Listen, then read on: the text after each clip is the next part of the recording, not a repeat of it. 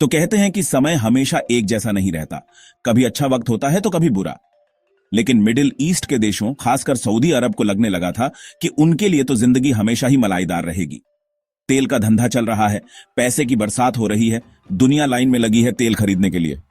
तो उन्हें लगा कि उनका वक्त कभी नहीं जाएगा। लेकिन डोनाल्ड ट्रंप नाम का एक तूफान आया और इस तूफान ने इन सारे तेल के टैंकों को हिलाकर रख दिया।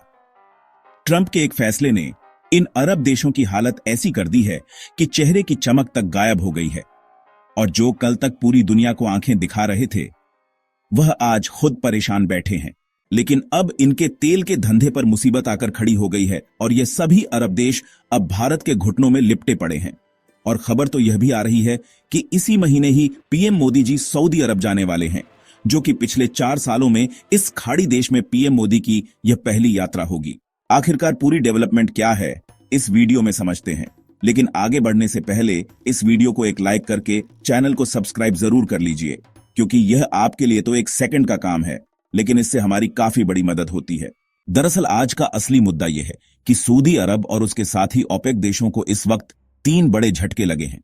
3 ऐसी मार पड़ी है जिसने न सिर्फ उनकी इकोनॉमी को हिला दिया है, बल्कि उनकी पॉलिटिकल पकड़ को भी कमजोर कर दिया है। और मजे की बात यह है कि जहां उनके लिए यह 3 बड़ी मुसीबतें हैं, वहीं यह भारत के लिए 3 जबरदस्त मौके लेकर आई हैं। हां, हम मानते हैं कि ट्रंप की नीतियों से भारत को भी थोड़ा नुकसान हुआ है, लेकिन फिर भी जो फायदा दिख रहा है वह लॉन्ग टर्म में इंडिया के लिए बम्पर साबित हो सकता है। तो चलो पहले समझते हैं कि अरब देशों की हालत इतनी पतली कैसे हुई। देखिए, अगर आपको याद हो तो जब कोविड का टाइम आया और पूरी दुनिया लॉकडाउन में चली गई तो सड़कों पर गाड़ियां गायब हो गई थीं, प्लेन जमीन पर खड़े हो गए और फैक्ट्रीज बंद हो गई। मतलब क्रूड ऑयल की डिमांड सीधा शून्य। अब मिडिल ईस्ट की अर्थव्यवस्थाएं क्रूड ऑयल की सेल पर ही टिकी हुई थीं। अचानक से डिमांड गायब हो गई तो इन देशों की हालत ढीली हो गई। सऊदी अरब और बाकी ओपेक देश दुनिया से हाथ जोड़कर कहने लगे, आप लोग कोई ऑर्डर तो कर लीजिए, किश्तों में पेमेंट कर लेना, लेकिन तेल खरीदो वरना हमारा सिस्टम ही बैठ जाएगा। उस वक्त यह सारे देश बाकी सरकारों को रिक्वेस्ट कर रहे थे कि हमारी ऑयल को रिजर्व स्टोरेज में स्टोर कर लो, लेकिन ऑर्डर कैंसिल मत करो। लेकिन जैसे ही दुनिया दोबारा खुलने लगी और रूस यूक्रेन वॉर शुरू हुआ तो इनका रंग एकदम बदल गया। अब इन्होंने फिर से अपनी चालाकी शुरू की और प्रोडक्शन कम करना शुरू कर दिया ताकि दाम बढ़ाए जा सकें। और कुछ ही समय में तेल की कीमतें $120 प्रति बैरल तक पहुंच गई। मतलब पहले हाथ जोड़ रहे थे और बाद में आंखें दिखाने लगे। लेकिन फिर एंट्री होती है अमेरिका के एक्स प्रेसिडेंट डोनाल्ड ट्रंप की, जिनके एक फैसले ने इन सब की अकड़ निकाल दी। ट्रंप ने एक तगड़ा टैरिफ अनाउंस किया और इसके बाद सिर्फ 2 दिन के अंदर इंटरनेशनल मार्केट में क्रूड ऑयल की कीमतें 12% तक गिर गई।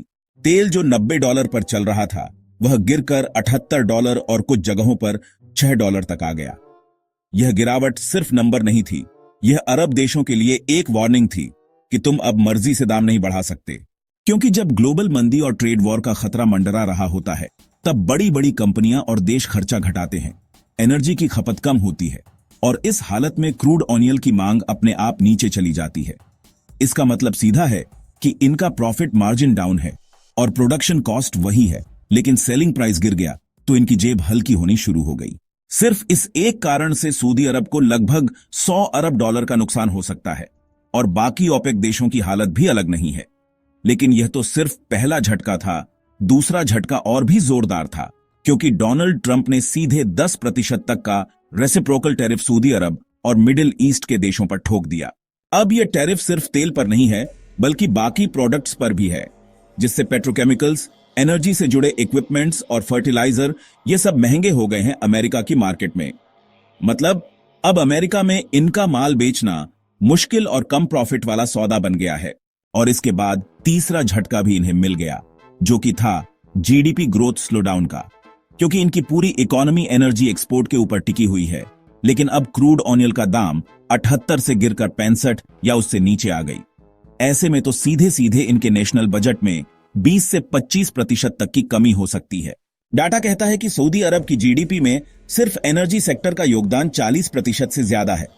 ऐसे में जब कीमतें गिरती हैं तो रेवेन्यू में सीधा घाटा पड़ता है, और वह भी कोई छोटा मोटा नहीं, 30 से 40 अरब डॉलर का। अब इसके असर भी कई लेवल पर दिखने लगते हैं, क्योंकि फिस्कल डेफिसिट बढ़ता है सोशल वेलफेयर स्कीम्स पर कटौती करनी पड़ती है, विदेशी इन्वेस्टमेंट घटता है और देश की क्रेडिट रेटिंग तक गिर सकती है। फिच और मडीज जैसी एजेंसियों ने तो अलर्ट भी दे दिया है कि अगर तेल की कीमतें और गिरी तो गल्फ देशों की रेटिंग डाउनग्रेड की जा सकती है। मतलब उधार लेने की लागत भी बढ़ेगी और उनका ग्लोबल भरोसा भी हिलेगा।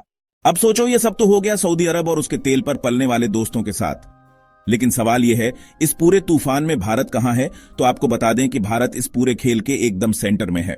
और सबसे दिलचस्प बात यह है कि यह तीनों झटके जो सऊदी अरब को लगे हैं, यह भारत के लिए 3 बड़े मौके बनकर सामने आए हैं। जहां पहला मौका यह है कि जब इंटरनेशनल मार्केट में क्रूड ऑयल की कीमतें गिरती हैं, तो भारत जैसे इंपोर्ट करने वाले देशों को सबसे ज्यादा फायदा होता है, क्योंकि हम अपनी जरूरत का 85% से ज्यादा कच्चा तेल बाहर से मंगाते हैं। अब सोचिए, अगर एक बैरल पर $10 भी कम हो जाए तो भारत को हर दिन करोड़ों का फायदा होता है। और जब डोनाल्ड ट्रंप के फैसले के बाद क्रूड ऑयल की कीमतें $90 से गिरकर $76 तक आई, तो भारत ने झट से डिस्काउंट में ऑयल खरीदना शुरू कर दिया। सरकार के लिए यह एक बम्पर डील थी कि डोमेस्टिक मार्केट में महंगाई थोड़ी कंट्रोल में आई, करंट अकाउंट डेफिसिट थोड़ा सुधरा और डॉलर की डिमांड थोड़ी कम हुई। और ठीक ऐसा ही मौके का दरवाजा भारत के लिए एक बार फिर से खुल चुका है, जब क्रूड ऑयल की कीमत $5 के आसपास आ चुकी है। और अगर दूसरे मौके की बात करें, तो जब अरब देशों पर टैरिफ लग गया, तो अमेरिका और यूरोपियन देशों को दूसरे सप्लायर्स की तलाश करनी पड़ी। और इस मौके पर भारत ने गेम में एंट्री मारी। पेट्रोकेमिकल्स, फर्टिलाइजर, एनर्जी इक्विपमेंट, ये सब अब भारत से खरीदे जा रहे हैं। कुछ साल पहले तक जो अमेरिका सीधे अरब से मंगाता था, अब उसका बड़ा हिस्सा इंडिया की कंपनियों को मिलने लगा है। जैसे कि रिलायंस INDL और एडेनी ग्रुप जैसी कंपनियों ने इस मौके को दोनों हाथों से पकड़ा और अपने प्रोडक्ट्स अमेरिका, यूरोप भेजना शुरू कर दिया। और सिर्फ प्रोडक्ट्स नहीं, बल्कि सर्विस सेक्टर में भी हमें फायदा हो रहा है। अमेरिका की कई IL कंपनियों ने अपने बैक एंड ऑपरेशंस अब भारत में शिफ्ट कर दिए हैं। इसका मतलब नई नौकरियां, नया निवेश और ज्यादा टैक्स कलेक्शन। और तीसरे फायदे की बात करें तो देखो, जो गल्फ देश पहले तक हमें बस एक तेल खरीदने वाला ग्राहक मानते थे, आज वह हमसे डील करने के लिए खुद प्रपोजल भेज रहे हैं।